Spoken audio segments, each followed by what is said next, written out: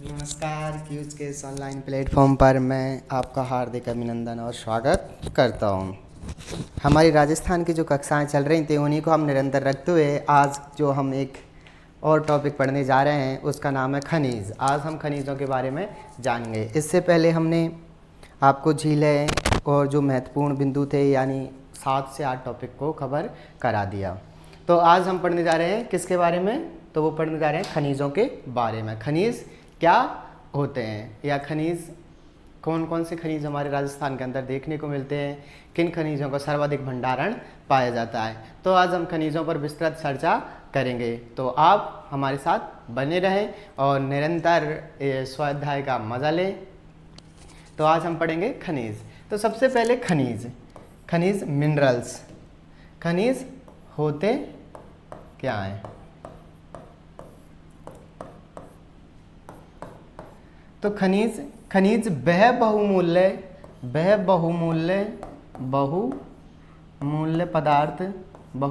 पदार्थ जो पृथ्वी की भूप्रपरटी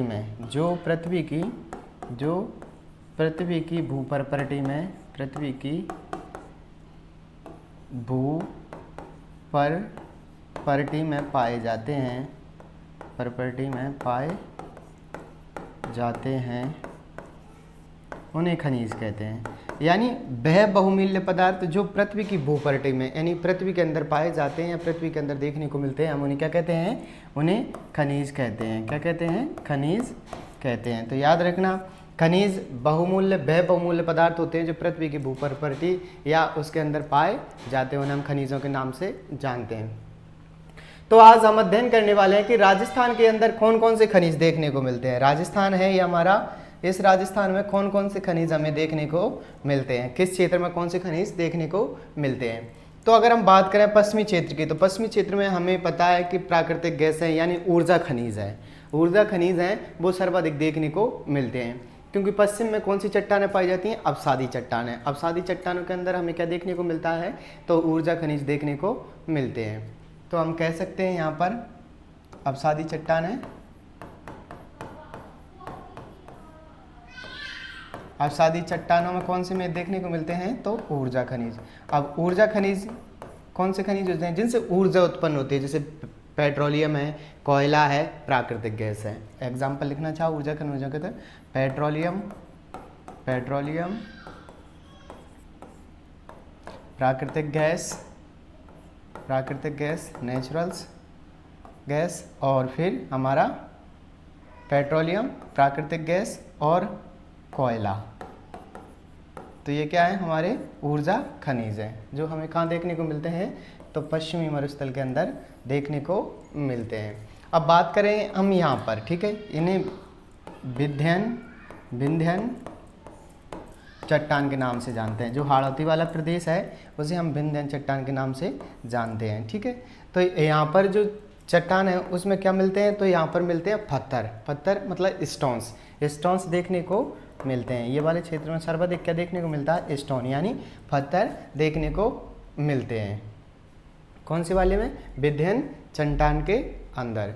तो पश्चिम वाले में हमें क्या देखने को मिलता है? पेट्रोलियम, प्राकृतिक गैसें, क्योंकि अवसादी चट्टानें पाई जाती हैं। यहाँ पर धारवाड़ क्रम की चट्टानें पाई जाती हैं, धारवाड़ क्रम की चट्टानें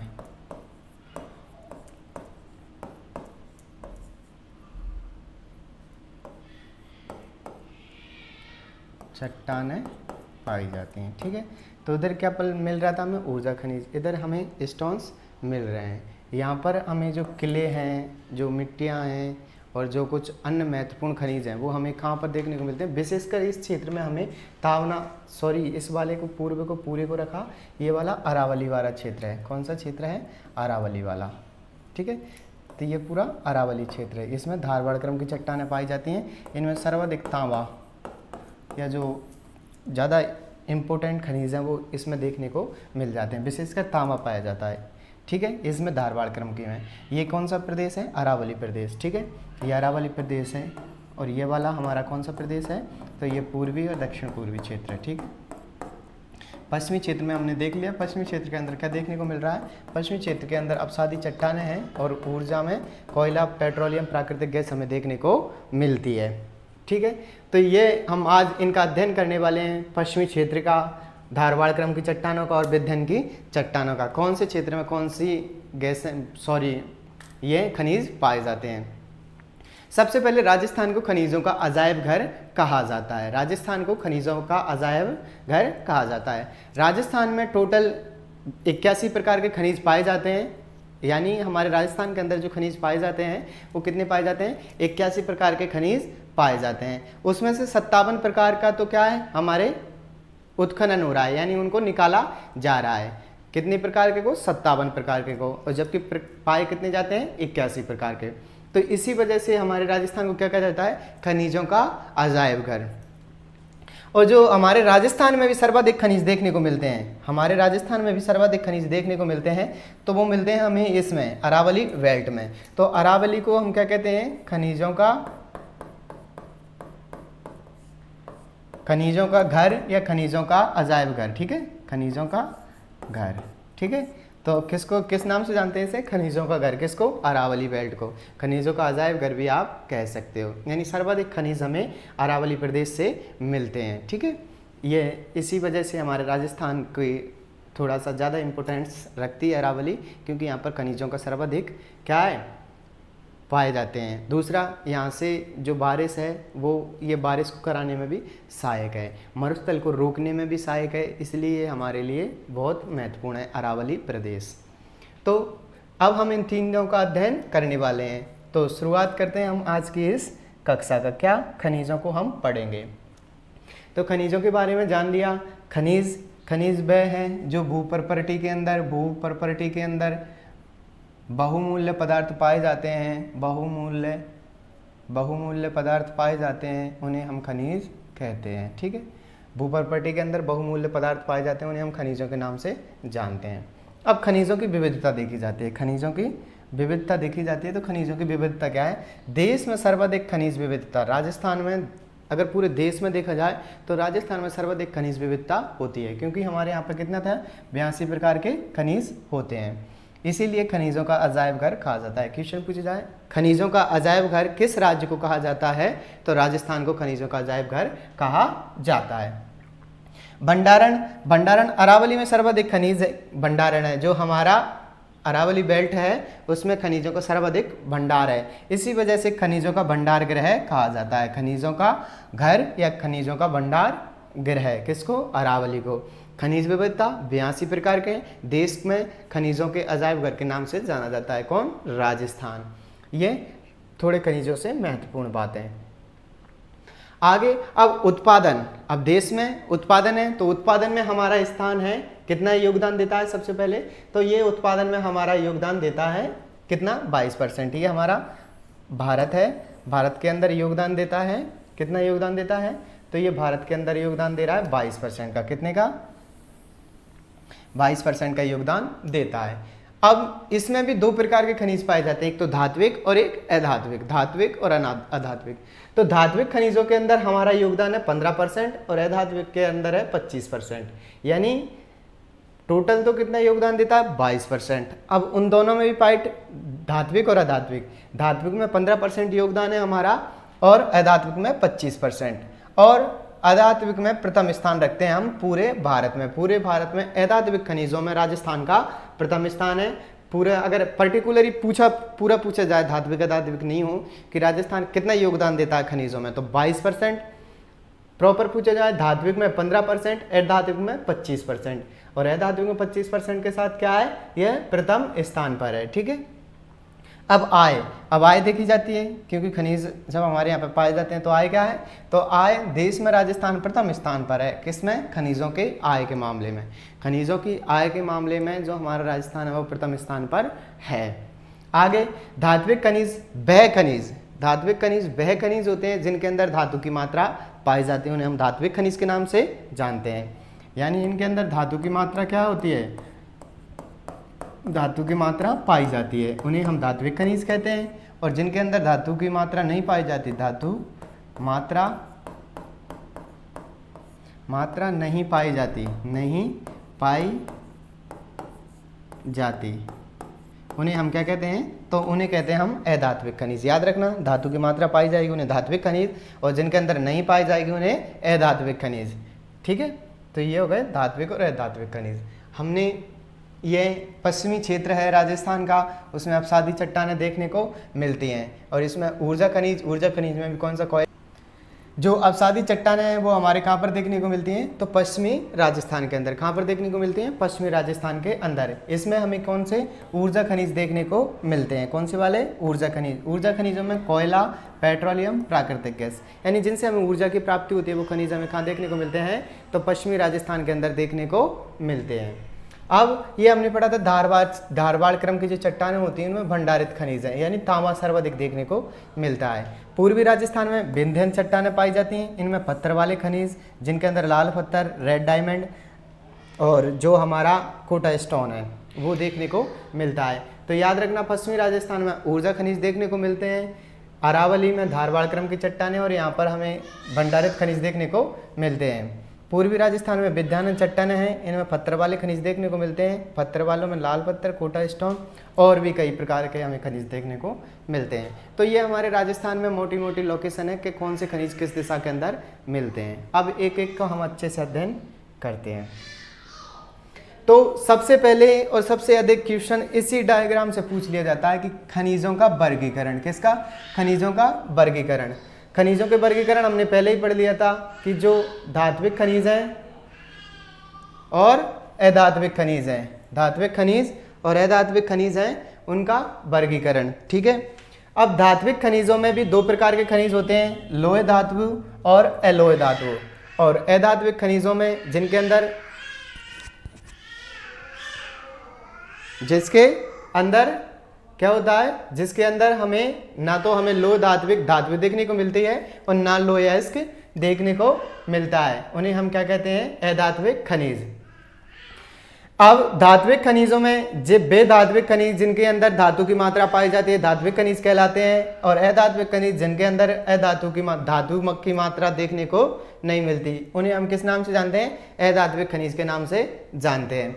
अब धात्विक खनिज को हम पुनः दो भागों में बांट लेते हैं, लोह धातु और अलोह धातु। बेधात्विक खनिज जिनके अंदर लोहे की मात्रा पाई जाती है लोह धात्विक खनिज, और जिनके अंदर लोहे की मात्रा नहीं पाई जाती अलोह धात्विक खनिज। तो सबसे पहले लोह धात्विक के अंदर कौन से आते हैं, cobalt, chromite, iron, manganese, tungsten, titanium, KKIM, T और T। याद रखना, cobalt, chromite, iron, manganese, tungsten, titanium. Manganese और आयरन को हम याद रख सकते हैं कि इनके अंदर लोहे की मात्रा पाई जाती है, मैग्नीज आयरन। दूसरे कोबाल्ट क्रोमाइट, दोनों को कॉम्बिनेशन में याद रखें, cobalt chromite, iron manganese, tungsten titanium, दो को नीचे याद रखें, tungsten titanium, manganese iron tungsten titanium, ऊपर क्रोमाइट कोबाल्ट क्रोमाइट। ठीक है, तो ये हम याद रख सकते हैं। ये याद कर लीजिए, या तो आप इनमें से लोह धात्विक याद कर लीजिए या अलोह धात्विक याद कर लीजिए, आपको आसानी से याद हो जाएगा। तो इनके अंदर तो क्या था, लोहे की मात्रा पाई जाती थी, कौन कौन से, cobalt, chromite, iron, manganese, tungsten, titanium. अब अलोह धात्विक खनिज, वे खनिज जिनके अंदर लोहे की मात्रा नहीं पाई जाती, सोने में लोहे की मात्रा नहीं पाई जाती, चांदी में, प्लेटिनियम में, तीनों को याद रख सकते हो, सोना चांदी प्लेटिनियम। कौन से हैं, अलोह धात्विक। कौन से हैं, अलोह धात्विक। आगे इन दोनों को याद रख सकते हो साथ में, सीसा जस्ता, इनको जुड़वा खनिज भी कहा जाता है। क्या कहा जाता है, जुड़वा खनिज, क्योंकि ये जुड़वा रूप से प्राप्त होते हैं। कौन से, सीसा जस्ता। आगे टिन तांबा, बॉक्साइड, एल्यूमिनियम, मैग्नीशियम। बस ये याद रखना, इधर मैग्नीज है और इधर मैग्नीशियम है, मैग्नीशियम। पारा जिसे हम मरकरी भी बोलते हैं, मरकरी। ठीक है, क्या याद रखोगे, पहले रखोगे सोना चांदी प्लेटिनियम, सीसा जस्ता, टिन तांबा, वापस सोना चांदी प्लेटिनियम, टिन तांबा, सीसा जस्ता, टिन तांबा। आगे बॉक्साइड, एल्यूमिनियम, मैग्नीशियम, और नीचे पारा। तो ये अलोह धात्विक खनिज। वापस दोहराएंगे अलोह धात्विक खनिजों को, सोना चांदी प्लेटिनम, सीसा जस्ता, टिन तांबा, और हमारे मैग्नीशियम और बॉक्साइड और एल्यूमिनियम। ठीक है, और पारा। तो वापस इनको दोहरा लेना। आप दोनों में से किसी को भी याद कर सकते हो। जैसे आपको लोहे धात्विक याद हो गए तो वो यही पूछता है निम्न में से कौन सा लोहे धात्विक खनिज है। सबसे पहले क्वेश्चन धात्विक अधात्विक, धात्विक में पूछेगा तो दोनों को कंबाइंड कर लेना, लेकिन जब वो पूछता है लोहे धात्विक खनिज है तो लोहे धात्विक खनिज और अलोहे धात्विक खनिज इनमें से एक नहीं देगा वो, और पूछेगा निम्न में से कौन सा लोहे धात्विक खनिज है या नहीं है। तो उस स्थिति में हमें याद रखना है। अब पूछता है अधात्विक खनिज, कौन से अधात्विक खनिज, जिनके अंदर धातु की मात्रा नहीं पाई जाएगी, जिनके अंदर क्या नहीं पाई जाएगी, धातु की मात्रा। और अलोहे धात्विक खनिज वह होते हैं जिनके अंदर चोट लगने पर वो फैलते नहीं है, वो टूट जाते हैं, बिखर जाते हैं, विखंडन हो जाता है। तो उसी प्रकार अवरक, जिप्सम, पत्थर पर चोट मारो टूट जाएगा, जिप्सम पर चोट मारो टूट जाएगा, अवरक टूट जाएगा, क्ले, ऊर्जा खनिज। अब ऊर्जा खनिजों को याद रखना, ये अधात्विक है क्योंकि इनके अंदर धात्विक की मात्रा नहीं पाई जाती। आगे इसके अंदर ऊर्जा खनिज में कोयला, पेट्रोलियम, प्राकृतिक गैस, इनको तो हम आसानी से याद रख सकते हैं। और 4 ये याद रखने हैं, कैसे, अवरक जिप्सम, पत्थर, अवरक जिप्सम पत्थर, क्ले, अवरक पत्थर, जिप्सम पत्थर, अवरक, क्ले। ठीक है, तो ये 4 याद रखने हैं। और ऊर्जा खनिज में जो ऊर्जा उत्पन्न करते हैं कोयला, पेट्रोलियम, प्राकृतिक गैस। ठीक है, तो ये हो गए हमारे कौन से अधात्विक खनिज। सर्वाधिक क्वेश्चन पूछा गया है निम्न में से अधात्विक खनिज कौन सा है कौन सा नहीं है, लोहे धात्विक खनिज कौन सा है कौन सा नहीं है, अलोहे धात्विक खनिज कौन सा है कौन सा नहीं है। तो ये सारणी है, ये सारणी तुम्हारे लिए मोस्ट बन जाती है। क्या बन जाती है, मोस्ट बन जाती है। तुम चाहो तो इसका स्क्रीनशॉट ले सकते हो या आपको इसकी PDF भी बाद में उपलब्ध करवा दी जाएगी। जो हमारा व्हाट्सएप ग्रुप है उस पर सभी की PDF भेज दी जाती हैं। और टेक्निकल टीम बिल्कुल ध्यान दे कि जो भी पढ़ा दिया गया है उसे आप बच्चों तक पहुंचाएं। ठीक है, तो आप इसका स्क्रीनशॉट ले सकते हो। ठीक है, चले आगे चलते हैं। आगे है, अब पहले हम पढ़ रहे हैं तांबा। किसको, तांबा को। किसको पढ़ रहे हैं, तांबा को। तो तांबा सबसे पहले पढ़ाएंगे हम झुंझुनू। झुंझुनू में भी 3 क्षेत्रों में पाया जाता है ये। किसको, कोहलन, खेतड़ी, चांदमारी। तांबा सर्वाधिक झुंझुनू में, विशेषकर कोहलन, खेतड़ी और चांदमारी, इन 3 जगहों पर झुंझुनू के अंदर हमें क्या देखने को मिलता है, तो तांबा देखने को मिलता है। ये अलवर में मिलता है, खोदरीबा में, अलवर के खोदरीबा में। चुरू के जो बिंदासर क्षेत्र है उसमें देखने को मिलता है। सीकर के नीम का थाना, जिसे अभी नया जिला बनाने की घोषणा चल रही है, लेकिन अभी जिलों की घोषणा ऑफिशियल नहीं आई है, काफ़ी वक्त लग सकता है। जब तक आप तो अपने स्वाध्याय को निरंतर जारी रखिए, बाद में पढ़ लेंगे इसको। नीम का थाने में भी पाया जाता है क्या, तांबा। ठीक है, तो झुंझुनू को ताम्र नगरी के नाम से भी जाना जाता है। ठीक है, तो याद क्या रखना है, झुंझुनू में कोहलन, खेतड़ी, चांदमारी। झुंझुनू में कोहलन, खेतड़ी, चांदमारी, 3 लोकेशन याद रखनी है झुंझुनू के अंदर, कोहलन, खेतड़ी, चांदमारी, कोहलन, खेतड़ी। ठीक है, ये झुंझुनू में। अलवर में खोदरीबा और हमारे चुरू में बिंदासर और सीकर में नीम का थाना। तो यहाँ पर हमें क्या मिलता है, तांबा देखने को मिलता है। आगे है लोयस्क। तांबा हमने देख लिया, तांबा किस स्थान पर मिलता है, सर्वाधिक झुंझुनू में, ताम्र नगरी के नाम से जाना जाता है। आगे अब लोयस्क जिंदर लोहे की मात्रा पाई जाती है, वो लोयस्क के नाम से जाने जाते हैं। ठीक है, तो अब लोयस्क के लिए याद रखना है दौसा का नीमला रायसेला क्षेत्र। उदयपुर का नाथू है, यानी कि ना से नाथरा की पाल और थू से थूरुंडेर। उदयपुर में क्या याद रखोगे, नाथू। क्या याद रखोगे, नाथू। ना से नाथरा की पाल और थू से थूरुंडेर। ठीक है, तो ये जो 2 लोयस्क के क्षेत्र हैं, अधिक बार सब पूछा गया क्षेत्र है नाथरा की पाल और थूरुंडेर। कहाँ पर है, उदयपुर में। यही पूछता है वो। लोयस्क निम्न में से, या तो ये पूछेगा निम्न में से किस स्थान पर लोयस्क की मात्रा पाई जाती है या नहीं पाई जाती, या पर्टिकुलरली वो स्थान दे देगा नीचे कि नाथरा के पाल या थूरुंडेर में कौन सा खनिज देखने को मिलता है। तो लोयस्क के लिए आपको 4 जिले याद रखने हैं। उदयपुर का तो नाथू याद रखना है, नाथरा की पाल और थूरुंडेर। और दौसा की हमें नीम याद रखनी है, नीम राई, तो नीमला रायसेला। और जयपुर में मोरीजा बानोला, जयपुर का जो क्षेत्र है मोरीजा बानेला। और भीलवाड़ा का तिरंगा। याद दौसा की नीम याद रखनी है, नीम के साथ में याद आ जाएगा नीमला रायसैला, आसानी से याद आ जाएगा एग्जाम में आपको कि दौसा की नीम है और नीमला रायसैला। उदयपुर का नाथू है, नाथू नाथरा की पाल और थूरुंडे। जयपुर की मोरी है, जयपुर की मोरी है यानी कि मोरिजा वानेला। और भीलवाड़ा में क्या है, तिरंगा है। तो ये किसके हैं, लोयस्क के। लोयस्क के लिए 4 जिले, दौसा में नीमला रायसैला, जयपुर में मोरिजा वानेला, उदयपुर में नाथू नाथरा की पाल थूरुंडेल, और हमारा एक और है भीलवाड़ा, भीलवाड़ा में तिरंगा का क्षेत्र।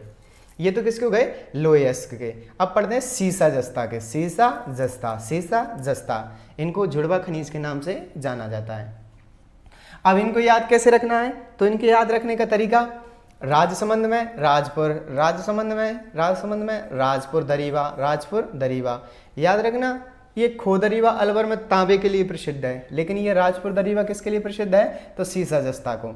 उदयपुर में जावर देवारी, उदयपुर में जावर देवारी। भीलवाड़ा का जो विशेष रामपुरा आगूचा और गुलाबपुरा आगूचा, आगूचा भीलवाड़ा किसके लिए, तो वो सीसा जस्ता के लिए। याद रखना भीलवाड़ा का रामपुरा आगूचा किसके लिए प्रसिद्ध है, तो वो है सीसा जस्ता के लिए। राजसमंद का राजपुर दरीवा, रा से राजसमंद, रा से राजपुर दरीवा। उदयपुर में जावर देवारी, उदयपुर में जावर देवारी। भीलवाड़ा का रामपुरा आगूचा, गुलाबपुरा आगूचा। अलवर में है गुड़ा किशोरी, गुड़ा कसेरी जो क्षेत्र है उसके अंदर क्या देखने को मिलता है, तो सीसा जस्ता देखने को मिलता है। सवाई माधोपुर में चौथ का बरवाड़ा, बरवाड़ा चौथ का बरवाड़ा कहाँ है, सवाई माधोपुर में, आसानी से याद आ जाएगा। यह किसके लिए प्रसिद्ध है, सीसा जस्ता के लिए। सीसा जस्ता के लिए देखिए आप, सबसे पहले हमें कहाँ पर चलना है, तो राजसमंद में राजपुर दरीवा। उदयपुर में आना है तो जावर देवारी। उसके बाद में भीलवाड़ा में रामपुरा आगूचा, गुलाबपुरा आगूचा। अलवर में गुड़ा किशोरी, अलवर में गुड़ा किशोरी। सवाई माधोपुर में चौथ का बरवाड़ा, बरवाड़ा एक जयपुर के अंदर भी है, लेकिन ये कौन सा है, चौथ का बरवाड़ा है। किसका, चौथ का बरवाड़ा है। ठीक है, ये याद होगा हमारे किसके, सीसा जस्ता के। सीसा जस्ता को जुड़वा खनिज कहा जाता है। आगे अब बांसवाड़ा के खनिज जान लेते हैं। बांसवाड़ा में कौन कौन से खनिज देखने को मिलते हैं। बांसवाड़ा की स्थिति, लोकेशन हमारे बिल्कुल दक्षिण में स्थित है। ठीक है, तो यहाँ पे याद रखना, यहाँ पे है सोना। क्या है, सोना। आपको सोना है जाकर के, और सोने से हमें क्या मिलता है, आनंद की प्राप्ति होती है। क्योंकि जगत में अगर सोने को मिल जाए तो क्या हो जाएगा, हमें आनंद की प्राप्ति हो जाएगी। तो क्या याद रखेंगे कि सोने को मिल जाए तो क्या हो जाएगा, हमारी जगत में आनंद की प्राप्ति हो जाएगी, आनंद की प्राप्ति हो जाएगी। तो याद कैसे रखेंगे, सोना कहाँ पाया जाता है, बांसवाड़ा में। कहाँ पर, बांसवाड़ा में। अब बांसवाड़ा में अगर हमें सोना मिल जाए, सोना मिल जाए तो जगत में क्या हो जाएगा, आनंद की प्राप्ति हो जाएगी। यानी जगतपुरा भूकिया और आनंदपुरा भूकिया, जगतपुरा भूकिया और आनंदपुरा भूकिया किसके लिए प्रसिद्ध है, तो सोने के लिए प्रसिद्ध है।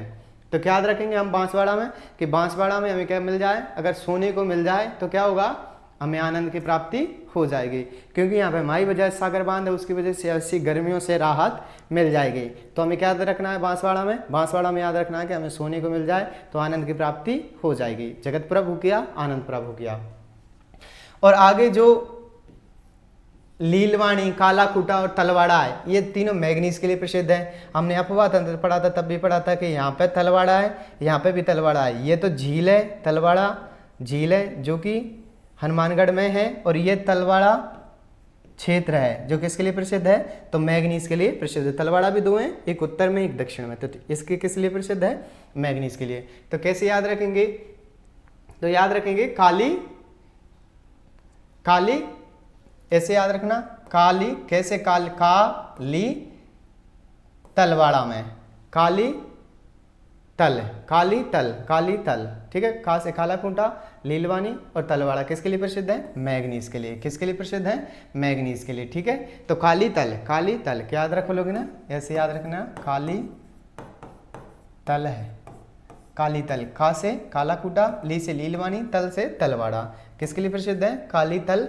में और लगा लेना आप पीछे, तो आपको पूरा कंप्लीट ही याद हो जाएगा। काली तल में, काली तल में है, काली किस में है, तल में है। इसमें अगर सोने को मिल जाए तो क्या हो जाएगा, आनंद की प्राप्ति।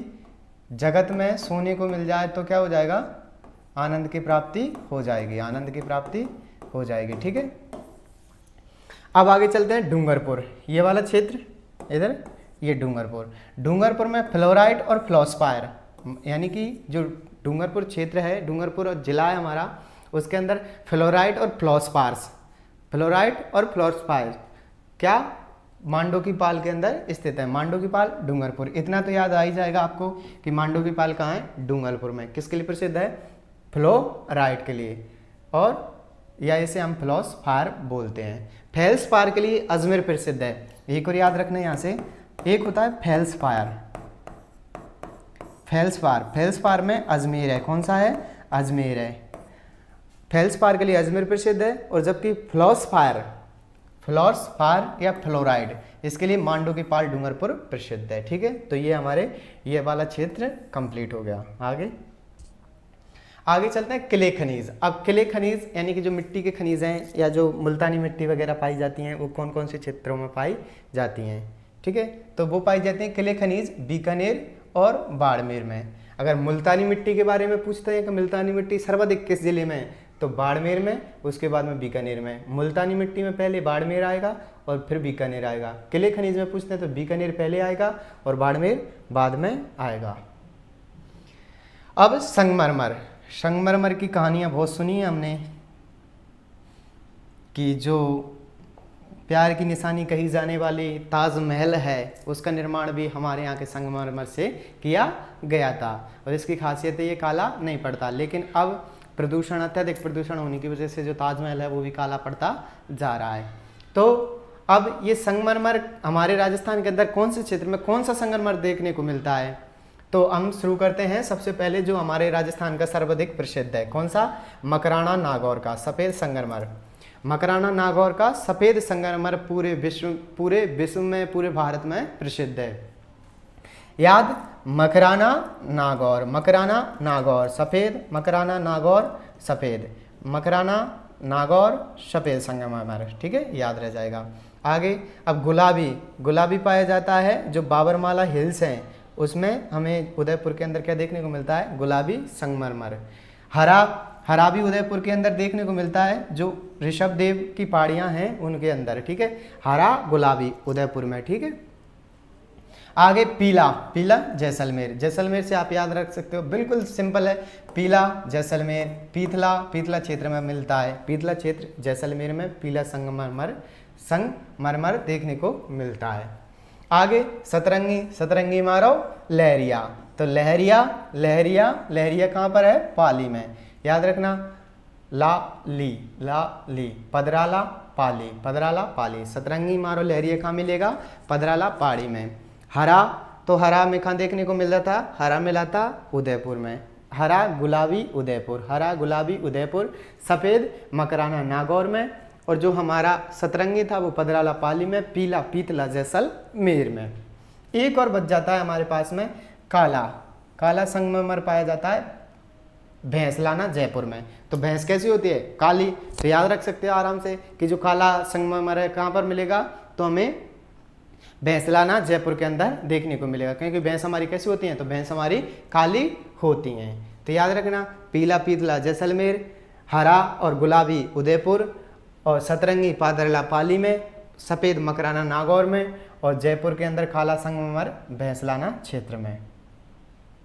तो ये हमारे संगमरमर का, ठीक है, पूरा हो गया। अब चूना पत्थर, जो चूना पत्थर होता है जो सीमेंट बनाने के काम आता है, तो सबसे पहले जैसलमेर से शुरू करते हैं हम, क्योंकि जैसलमेर में उच्च श्रेणी का चूना ग्रेड देखने को मिलता है, क्योंकि यहाँ पर स्टील ग्रेड का चूना पत्थर देखने को मिलता है। यह उच्च श्रेणी का है, जैसलमेर में है, और सोनू क्षेत्र में देखने को मिलता है। स्टील ग्रेड का है, स्टील ग्रेड का है, उच्च श्रेणी का है, सोनू क्षेत्र का है, जैसलमेर के अंदर स्थित है। कौन सा, तो हमारा स्टील ग्रेड का चूना पत्थर। अब आगे, अब इससे कम क्वालिटी वाला देखते हैं। ये तो हाई क्वालिटी का, अब कम का। कम उसी के पास में जोधपुर में, उसी के पास जोधपुर में देखने को मिलता है लाइमस्टोन। वो कौन सा था, स्टील ग्रेड, ये लाइमस्टोन। और ये कैसा है, मध्यम श्रेणी का है। उच्च श्रेणी का सोनू क्षेत्र जैसलमेर के अंदर देखने को मिलता है। कौन सा, तो वो था स्टील ग्रेड वाला। लाइमस्टोन जोधपुर के अंदर देखने को मिलता है, ये मध्यम श्रेणी का है। अब आता है चित्तौड़।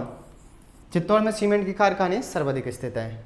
ठीक है, तो आगे सीमेंट ग्रेड यहाँ पर पाया ही कौन सा जाता है, जो उसकी ग्रेड है तो सीमेंट ग्रेड का पाया जाता है। चूना पत्थर जो पाया जाता है सीमेंट ग्रेड का पाया जाता है, जो निम्न श्रेणी का है। उच्च, निम्न और निम्न, ठीक है, उच्च, मध्यम, निम्न, ऐसे याद रख सकते हो।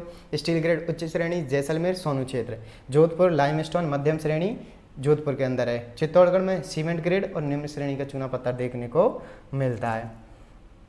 तो हमारे संगमरमर हो गया और ये चूना पत्थर हो गए। इससे पहले तांबा हो गया, लोयस्क हो गया।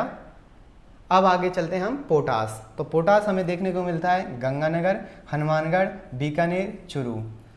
ये उत्तरी क्षेत्र है तो यहाँ पर गंगानगर, हनुमानगढ़, बीकानेर और चूरू, इस वाले क्षेत्र में हमें क्या देखने को मिलता है, पोटास के भंडार देखने को मिलते हैं। ठीक है, अब कुछ ऐसे खनिज जो विशेषकर उसी क्षेत्र में देखने को मिलते हैं, यानी एकाधिकार वाले खनिज। जैसे एकाधिकार में सबसे पहले बात की जाए जिप्सम। जिप्सम तो जिप्सम बीकानेर के अंदर देखने को मिलता है। सर्वाधिक देखने को कहाँ पे मिलता है, बीकानेर में। बीकानेर में भी पर्टिकुलर स्थान है जामसर। जामसर जो जिप्सम की सबसे बड़ी खान है। जिप्सम की सबसे बड़ी जामसर खान कहाँ पर है, बीकानेर के अंदर स्थित है। आगे यह, हाँ, जामसर सबसे बड़ी खान है। उदयपुर में, उदयपुर में देखते हैं हम rock phosphate, rock phosphate Jhamarkotra, rock phosphate Jhamarkotra, asbestos और घिया पत्थर। उदयपुर के अंदर हमें 3 और देखने को मिलते हैं। इससे पहले हमने लोयस्क को देख लिया था कि लोयस्क भी वहाँ पर पाया जाता है। ठीक है, तो उदयपुर में कौन सा पाया जाता है, रॉक फॉस्फेट। कहाँ पर, जामरकोटड़ा की खानों में। एस्बेस्टॉस और घिया पत्थर, ये भी उदयपुर को देखने को मिलते हैं। तो फिर वापस जामसर सबसे बड़ी खान है जिप्सम की, बीकानेर के अंदर स्थित है। एस्बेस्टॉस और जो हमारा रॉक फॉस्फेट है, रॉक फॉस्फेट जामरा कोटला उदयपुर में पाया जाता है। घिया पत्थर, रॉक फॉस्फेट और एस्बेस्टॉस तीनों उदयपुर के अंदर मिलते हैं। आगे अजमेर में चलते हैं। तो अजमेर में क्या हुआ, अजमेर जैसे ही पहुंचा तो क्वार्टर लेकर के फेल हो गया, क्वार्टर लेकर के फेल हो गया। तो कैसे याद रखेंगे, कैसे, क्वार्टर्स, ली से लिथियम, फे से फेल्सपार, गे से ग्रेफाइट।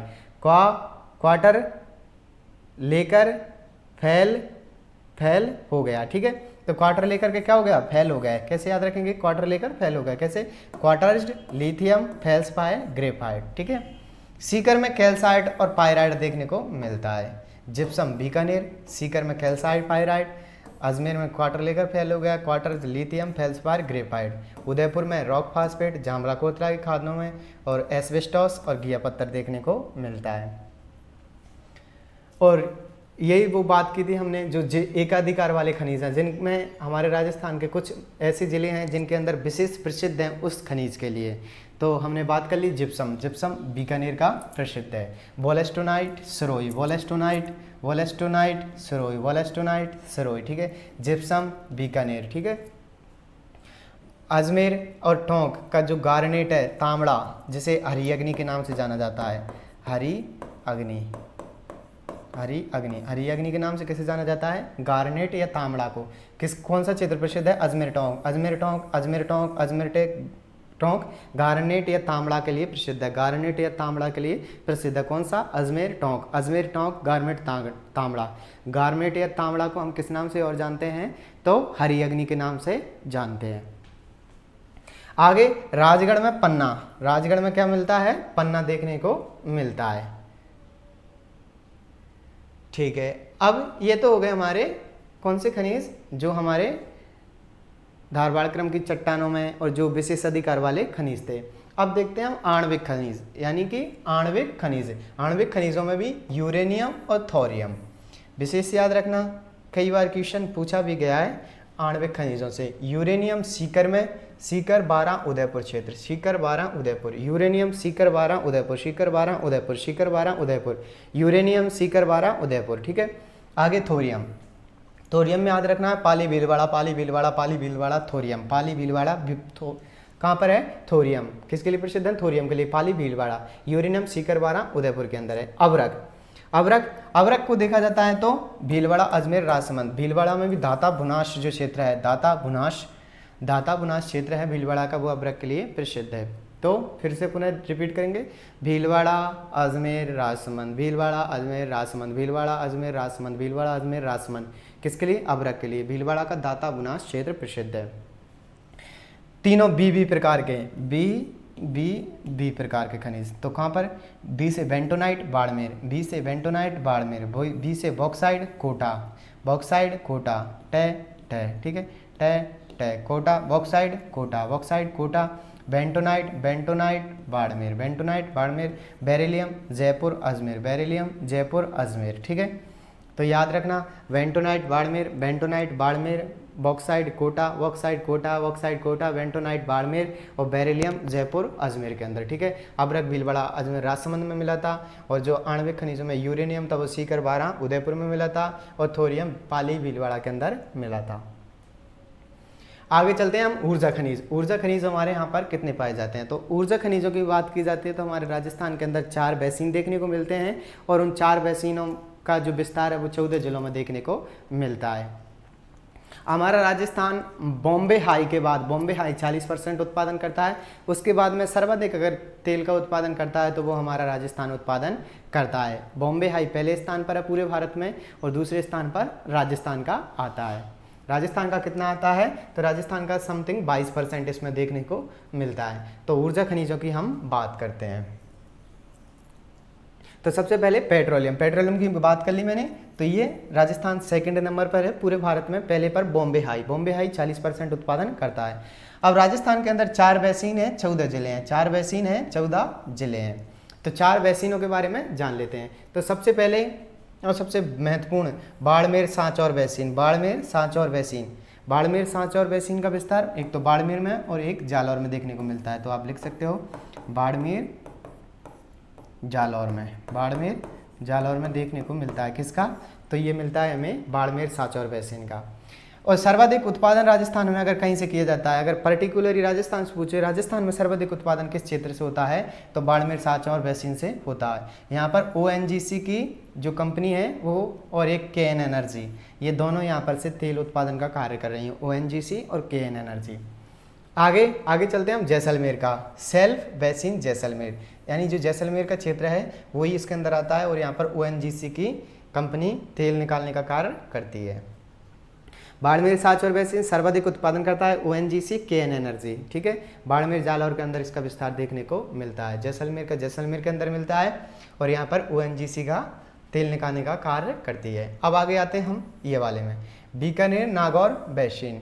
जो बीकानेर और नागौर का बेसिन है वो हमें देखने को मिलता है, जिसमें कौन कौन से जिले, बीकानेर और इधर नागौर, ठीक है, और चुरू और गंगानगर, ये वाला बेल्ट है। हनुमानगढ़ का भी थोड़ा सा बेल्ट आता है। तो बीकानेर नागौर बेसिन के अंदर बीकानेर, नागौर, चुरू, गंगानगर, ठीक है। यहाँ पर ऑयल इंडिया लिमिटेड का कारखाना है, या ऑयल इंडिया लिमिटेड यहाँ से तेल निकालने का कार्य करती है।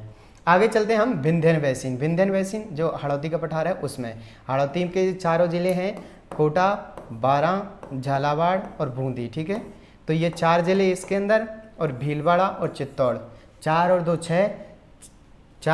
6, 6, 7, 8, 9, 10, हनुमानगढ़ का थोड़ा सा क्षेत्र 11, 12, 13 और एक 14। तो 14 जिलों के अंदर हमें क्या मिलता है, ये 14 जिलों के अंदर पेट्रोलियम बेसिन जो विस्तारित है वो देखने को मिलता है। बेसिन कितने, 4, Barmer Sanchore basin, Jaisalmer self basin, Bikaner Nagaur basin और विंध्यन बेसिन, ठीक है। ये 4 बेसिन है ऊर्जा खनिजों के।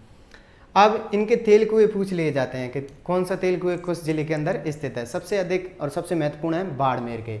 बाड़मेर में क्या किया हमने, बाड़मेर में मंगल आरती के साथ शुरुआत की, सरस्वती को मनाया, फिर उसके बाद में ऐश्वर्या और रागेश्वरी दोनों आ गई।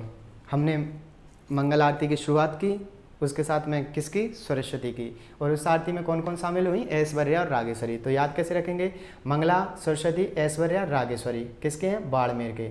और अगर पूछा जाता है सबसे बड़ा क्षेत्र है वो कौन सा है, मंगला क्षेत्र। और भी कुएं हैं बाड़मेर के अंदर जिनमें भाग्यम, विजया, कामेश्वरी, शक्ति, याद रख सकते हो आराम से इसको आप, भाग्यम, विजया, कामेश्वरी, शक्ति।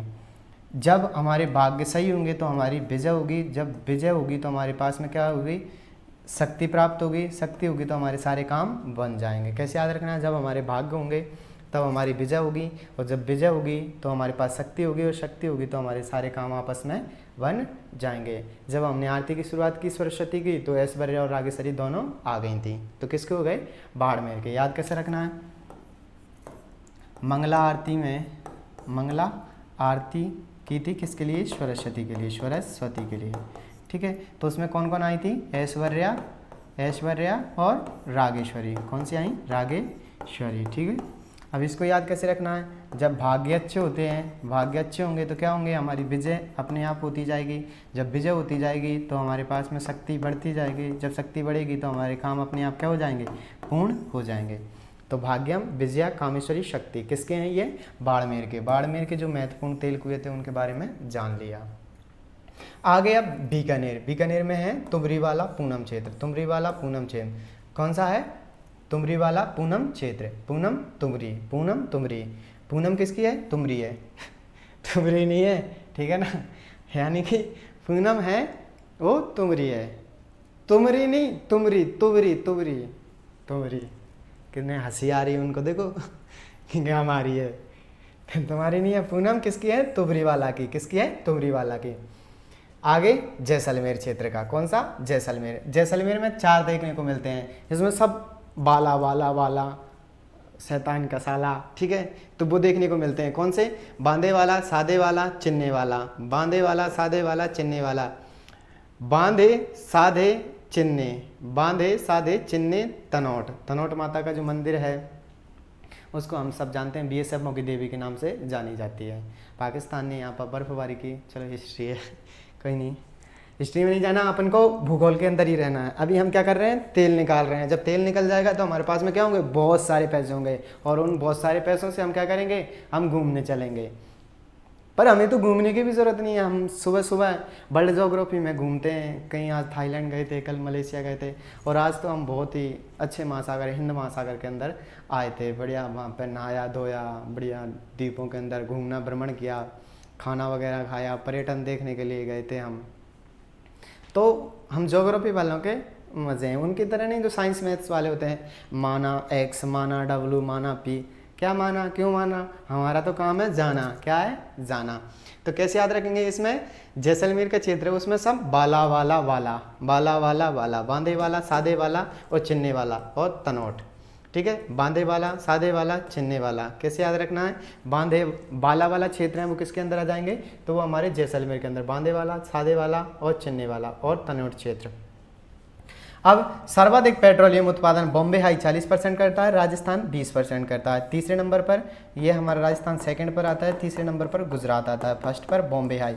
बॉम्बे हाई 40% करता है, राजस्थान 20% करता है और गुजरात तीसरे स्थान पर आता है। तो ये हो गए हमारे तेल कुएं जिनसे सर्वाधिक क्वेश्चन पूछे जाते हैं। तो उम्मीद करता हूँ कि तुम्हें ये समझ आ रहा है, अच्छे से समझ में आ रहा होगा। आगे चलते हैं। आप ऐसे डायग्राम के थ्रू अगर बनाकर पढ़ना चाहो तो डायग्राम के थ्रू पढ़ने से और अधिक मज़ा आता है, ताकि हमें और जल्दी से आसानी से याद हो जाते हैं। थोड़ा सा अपना लॉजिक लगा लेना, ऐसा भी नहीं कि पूरी ट्रिकों के माध्यम से आप काम करते रहो और वहाँ जा करके भूल जाओ किसमें भाग्य था, किसमें शक्ति थी और किसमें विजय हुई थी। नहीं तो पूरा काम खराब हो जाएगा अगर ऐसा हो गया वहाँ पर जाकर। तो क्योंकि वैसे भी 1 क्वेश्चन 2 क्वेश्चन आते हैं और इसके लिए हम इतनी मेहनत करते हैं, और अगर वही जाकर भूल जाते हैं तो बहुत दुख होता है। तो इस वजह से याद अच्छे से करना, थोड़ा डायग्राम से याद करने की कोशिश करना, आसानी से याद हो जाएंगे। तो पहला बॉम्बे हाई, दूसरा राजस्थान, तीसरा गुजरात। आगे चलते हैं। प्राकृतिक गैस। प्राकृतिक गैसें का जो क्षेत्र है, एक तो बाड़मेर के अंदर देखने को मिलता है और एक जैसलमेर के अंदर देखने को मिलता है। तो बाड़मेर में गुड़ा मनाली और रागेश्वरी। बाड़मेर के 2 क्षेत्र याद करने हैं, गुड़ा मनाली और रागेश्वरी। थोड़ा सा ये खनिज वाला थोड़ा सा टॉपिक टफ सा हो जाता है, क्योंकि हर खनिज को हर लोकेशन के साथ में और उसके भी किस ज़िले के में स्थित है उसको याद करना। तो पर मेरी आशा है कि आप इसको एक बार देख लेते, एक बार सुनो अच्छे से लेक्चर को, उसके डायग्राम वगैरह फॉलो करो। दूसरी बार आप कानों में ईयरफोन लगाओ और उसके साथ में आपने जो लिखा है उसे वापस वीडियो को रिव्यू 2 बार से पुनः रीस्टार्ट करो, और रीस्टार्ट करने के बाद में पुनः उसको एक साथ और दोहराते जाओ, तो आपको लंबे समय तक याद हो जाएगा। तो क्या याद करना है? प्राकृतिक गैसें। प्राकृतिक गैसें बाड़मेर में गुड़ा मनाली और रागेश्वरी, गुड़ा मनाली रागेश्वरी। दूसरा है जैसलमेर। जैसलमेर में डंडे वाला, घुमाने वाला, रामगढ़, तनौट, मनिहारी टिब्बा, घोटारू। ये तो याद रख सकते हो आराम से, और ये तो अभी पूछा भी गया था, मनिहारी टिब्बा किसके लिए प्रसिद्ध है। अभी कोई रीट वगैरह का एग्जाम था, उसमें पूछा था, रीट में पूछा था, हाँ मनिहारी टिब्बा किसके लिए प्रसिद्ध है, तो प्राकृतिक गैस के लिए प्रसिद्ध है। तो वापस याद करना, डांडे वाला, घुमाने वाला, रामगढ़, तनौट, मनिहारी टिब्बा, घोटारू। डंडे वाला, घुमाने वाला, दोनों तो बाला वाला, पहले भी जैसलमेर में बाले वाले थे, लेकिन याद रखना ये डंडे का है, ये डंडे वाला, घुमाने वाला, रामगढ़, तनौट, मनिहारी टिब्बा, घोटारू। ये मनिहारी टिब्बा पूछा भी जा चुका है क्वेश्चन में, ठीक है। तो वापस डंडे वाला, घुमाने वाला, रामगढ़, तनौट, मनिहारी टिब्बा और घोटारू ये किसके लिए प्रसिद्ध हैं, तो प्राकृतिक गैस के लिए प्रसिद्ध हैं। आगे चलते हैं, कोयला। ये हमारे पेट्रोलियम के क्षेत्र हो गए और हमारा ये किसका क्षेत्र हो गया, ये प्राकृतिक गैस का। अब कोयला के 4 प्रकार देखने को मिलते हैं। 4 प्रकार कौन से, एंथ्रेसाइट, लिग्नाइट, बिटुमिनियस और पीट। तो हमारे राजस्थान के अंदर जो कोयला मिलता है वो लिग्नाइट मिलता है, और जो हमारे भारत के अंदर मिलता है वो बिटुमिनियस। और सबसे अच्छा हाई क्वालिटी का जिसके अंदर 90 से 95% कार्बन देखने को मिलता है वो है एंथ्रेसाइड। कौन सा, एंथ्रेसाइड। एंथ्रेसाइड जो कोयला है वो बेस्ट प्रकार का है, यानी कि फर्स्ट क्वालिटी का है। इसके अंदर 90 से 95% तक क्या मिलता है, कार्बन देखने को मिलता है। सबसे घटिया क्वालिटी का यानी 4th क्वालिटी है वो है पीट कोयला जिसके अंदर 20 से 30% कार्बन देखने को मिलता है, ठीक है।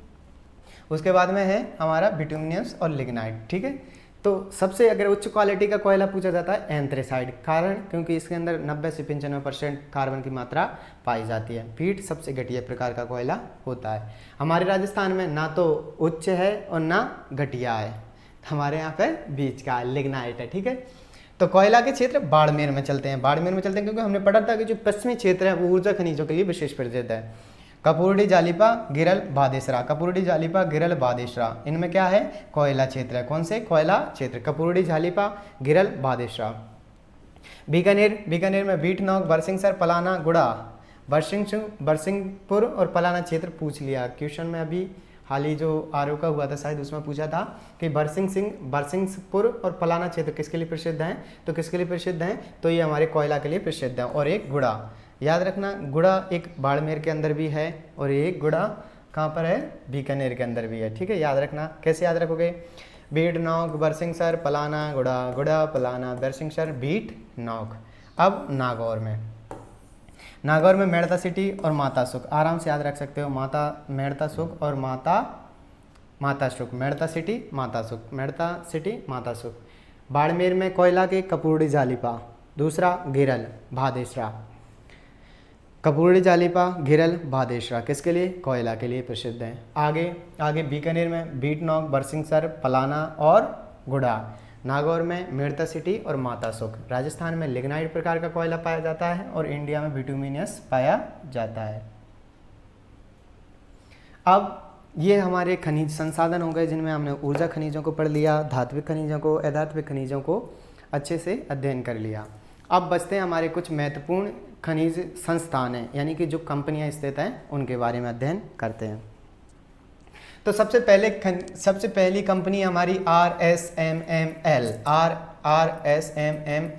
Rajasthan state mines and minerals limited, ठीक है।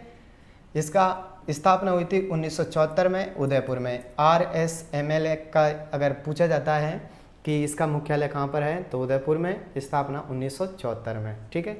Hindustan zinc limited, HZN, Hindustan zinc limited की स्थापना 1966 में हुई थी, मुख्यालय देवारी उदयपुर। ये भी पूछ लिया, हिंदुस्तान जिंक लिमिटेड का मुख्यालय कहाँ पर है, तो देवारी उदयपुर में, स्थापना 1966 में। ये डाटा है, ये तो आपको याद करने ही पड़ेंगे क्योंकि यहाँ पे अपना कोई बस नहीं चलता। जिंक स्मेल्टर प्लांट, स्थापना 2005 में चंदोरिया चित्तौड़गढ़ के। जिंक स्मेल्टर चंदोरिया चित्तौड़ के अंदर, स्थापना 2005 के अंदर की गई थी। और किसके सहयोग से, ब्रिटेन के सहयोग से। जिंक स्मेल्टर की स्थापना 2005 में की गई थी चंदोरिया चित्तौड़ के अंदर, और किसके सहयोग से की थी, ब्रिटेन के सहयोग से, ठीक है। आगे चलते हैं हम, हिंदुस्तान कॉपर लिमिटेड, ये तो स्मेल्टर था। और इससे पहले हमने पढ़ा था जिंक लिमिटेड का कहाँ पर देखा था, तो जिंक लिमिटेड देखा था हमने उदयपुर के अंदर, ठीक है। अब Hindustan copper limited, Hindustan copper limited 67 में, खेतड़ी झुंझुनू में, क्योंकि तांबा कहाँ पर है सर्वाधिक है, तो झुंझुनू में और खेतड़ी के अंदर। तो इसको हम आसानी से याद कर सकते हैं कि हिंदुस्तान कॉपर लिमिटेड कहाँ पर है, तो खेतड़ी झुंझुनू में। वैसे याद करना है सन। जिंक स्मेल्टर चंदोरिया चित्तौड़, चंदोरिया चित्तौड़, चंदोरिया चित्तौड़, स्थापना 2005 ब्रिटेन के सहयोग से। आगे चलते हैं हम।